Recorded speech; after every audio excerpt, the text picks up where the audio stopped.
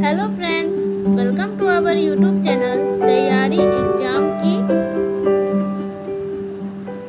इस वीडियो में हम लोग देखने वाले हैं बिहार बोर्ड मैट्रिक परीक्षा 2022 ज्योग्राफी यानी कि भूगोल से कुछ लघु उत्तरीय और दीर्घ उत्तरीय प्रश्न जो कि एग्जाम के दृष्टिकोण से बहुत ही महत्वपूर्ण है। तो आइए वीडियो को स्टार्ट करते हैं। जैसा कि आप लोग देख सकते हैं, हम यहाँ पे आ चुके हैं। भूगोल है, प्रश्न संख्या 21 है। इससे पहले हम हिस्ट्री का, पॉलिटिकल साइंस, इकोनॉमिक्स का वीडियो बना चुके हैं। आपको लिंक आई बटन में दे देंगे या फिर चैनल के प्लेलिस्ट से जाके देख लीजिएगा। प्रश्न संख्या 21 है, फसल चक्रण मृदा संरक्षण में किस प्रकार सहायक है। और ये आपको 2 अंक का एग्जाम में पूछा जाएगा। उत्तर हो जाएगा, फसल चक्रण द्वारा मृदा के पोषणीय स्तर को बरकरार रखा जा सकता है। गेहूँ, कपास, मक्का, आलू आदि को लगातार उगाने से मृदा में ह्रास उत्पन्न होता है। इसे तिलहन, दलहन पौधे की खेती के द्वारा पुनर्प्राप्ति किया जा सकता है। इससे नाइट्रोजन का स्थिरीकरण होता है।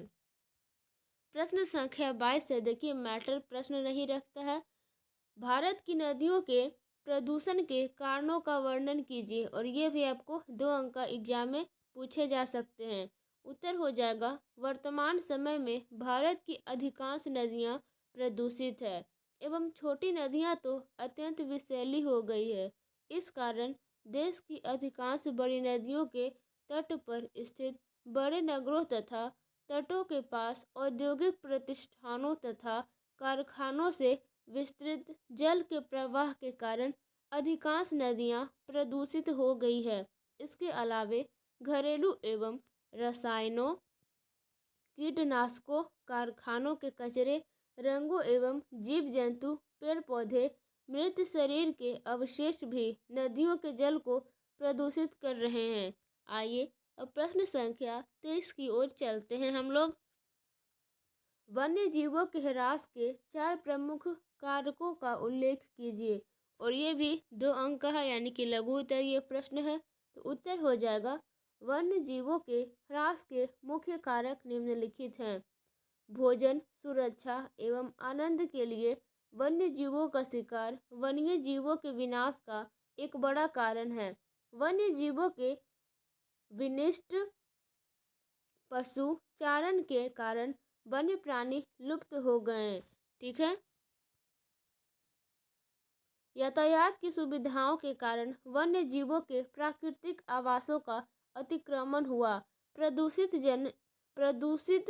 जनित समस्या। ठीक है। अब आइए प्रश्न संख्या 25 की ओर चलते हैं। सौर ऊर्जा का उत्पादन कैसे होता है। और ये 2 नंबर का है, एग्जाम के दृष्टिकोण से बहुत ही महत्वपूर्ण है। उत्तर हो जाएगा, सूर्य के ताप से प्राप्त ऊर्जा को सौर ऊर्जा कहते हैं। फोटोवोल्टाइक प्रौद्योगिकी द्वारा बिना टरबाइन आदि के सूर्य प्रकाश को सीधे विद्युत में बदली जाती है। और ये 2 नंबर का है। ठीक है।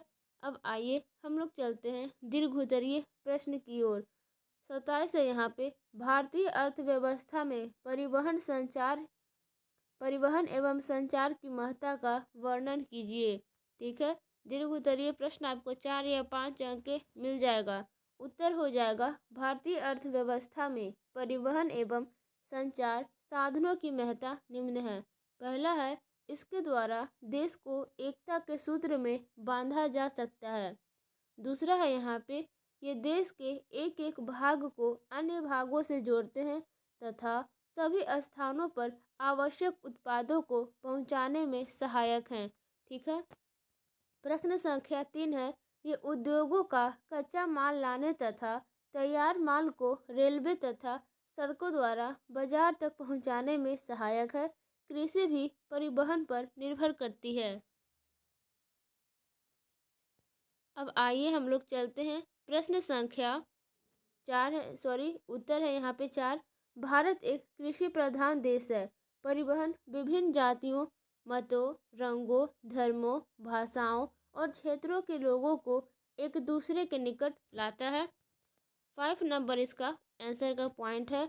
ये बेहतर प्रौद्योगिकी का स्थानांतरण एक देश से दूसरे देश तथा एक राज्य से दूसरे राज्य में करने में मदद करते हैं।